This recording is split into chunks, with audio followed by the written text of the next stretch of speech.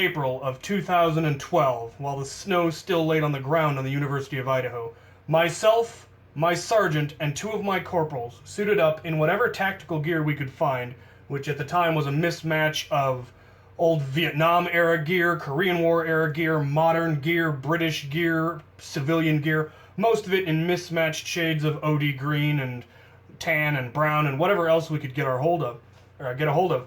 And we grabbed all the blasters that we could find. I actually splurged on a Stampede and a Barricade. One of my corporals had a fairly large Nerf arsenal, and the rest of them took from that. We suited up with everything that we could, and we went to the University of Idaho to hunt zombies.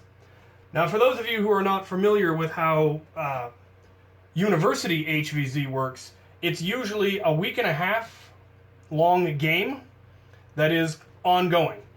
In some campuses, there is nowhere safe. You could get tagged in the shower if you're not paying attention. University of Idaho was outdoors only. The only play that was allowed indoors was with socks. But the way the game works in general is everybody signs up. There's a website that is run, and everybody logs in, signs in. They are given a player code, and if they want to, they can volunteer to be in the OZ pool, the original zombie pool, because everybody starts out as a human except the OZ. And on day 1, the OZ, the original zombies' goal is to tag as many humans as possible. And they do not have to be marked as a zombie. They can be marked as a human. Humans are marked with an armband, zombies are marked with a headband, but the original zombie on day 1 can have a headband. Or rather, an armband, which makes them really hard to spot and makes day 1 very, very paranoid. And the way it works is if a zombie tags you, you become a zombie. You give them your player code, they go to a computer, they log into the website, they put in the code, and you are changed over to a zombie. And they get credit for having killed you. Zombies have to get a kill every 48 hours, or they starve and they are completely out of the game. Once you are a zombie, there's no way to go back, and you just have to go try to tag other humans and try to wipe out all of the humans before the end of the game. Humans are allowed to have either socks or Nerf blasters to try to stun the zombies. If they hit a zombie with a sock or a dart, that zombie is stunned for 15 minutes. There are then missions, usually every other night, that has shorter stun times, and it gets all of the players together and is really an excuse to get as many humans killed as possible. But during the day, it's just players playing as they're trying to get to and from class, or when they're done with class, they can just run around campus trying to find humans. It usually devolves into hordes of zombies going around trying to catch unsuspecting humans, and occasionally groups of humans banding together to try to escape. And that's how it works. The zombies respawn, the humans die once, and they're out.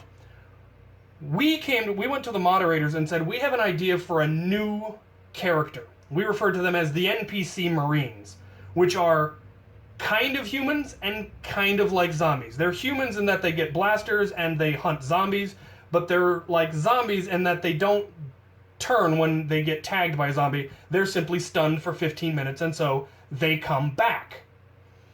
And what this results in is renewable firepower for the humans, because there's always more Marines, but renewable food for the zombies, because the zombies have to get that tag every 48 hours, and the humans will usually run away or hide.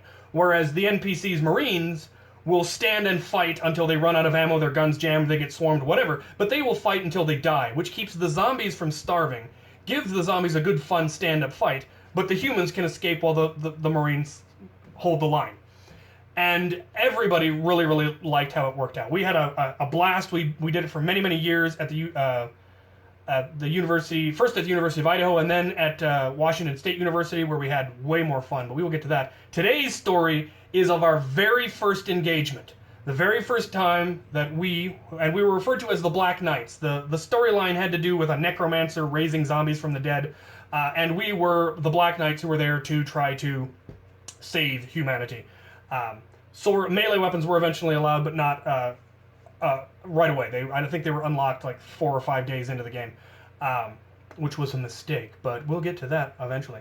So we were known as the Black Knights, and our goal was to keep the humans alive as well as possible. And so what we went to campus to do, since most of us weren't actually students, I think only one of us was actually a student at the time. I think my sergeant major was taking a couple of classes, one of my corporals was a student, My other corporal was still in high school, and I had just graduated. So we weren't actually really eligible. Most of us weren't eligible to play as players anyway.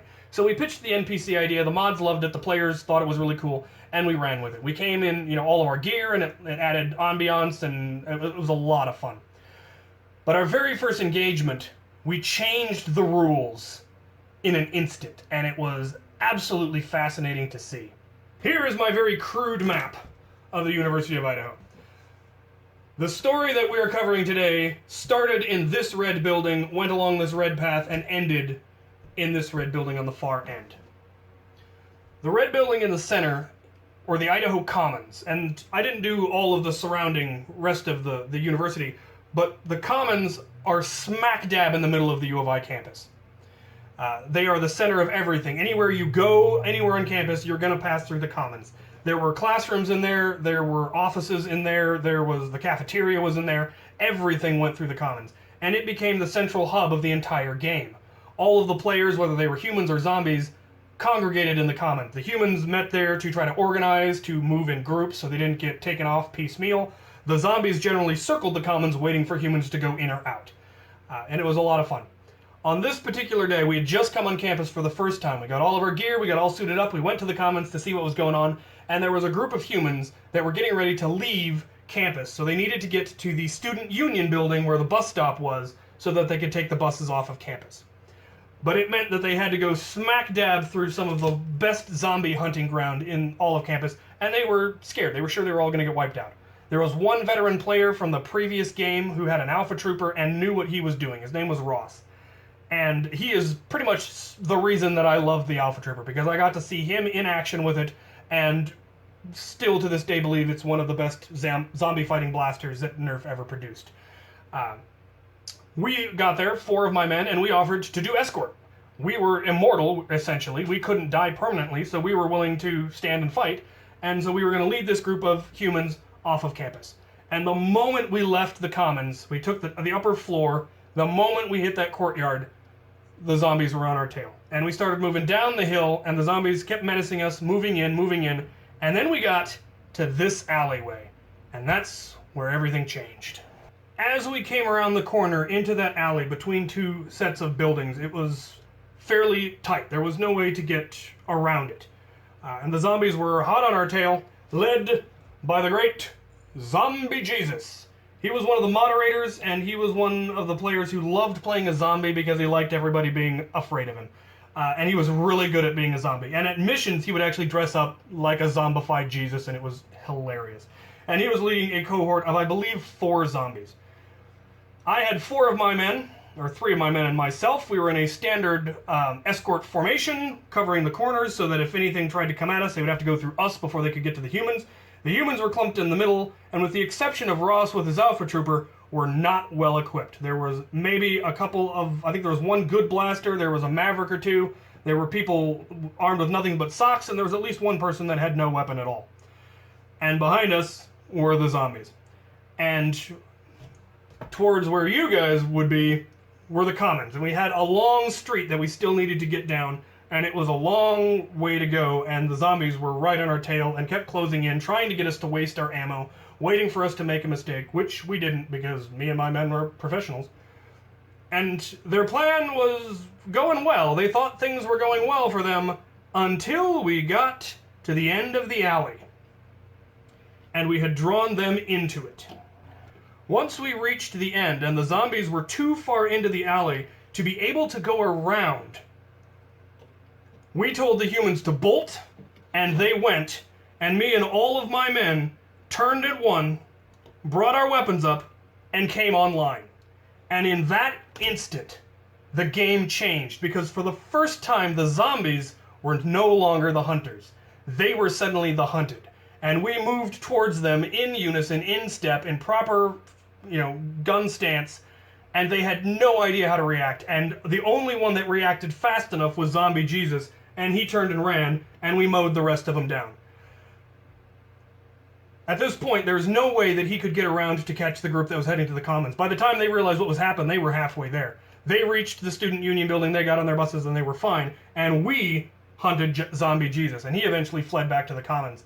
And he never forgave us for this because we had taken away the fun. We had taken away the fear that he had enjoyed. And I kind of feel bad about it because, you know, he was enjoying his game. It was the whole point. The humans are supposed to be afraid of the zombies. That is the whole goal.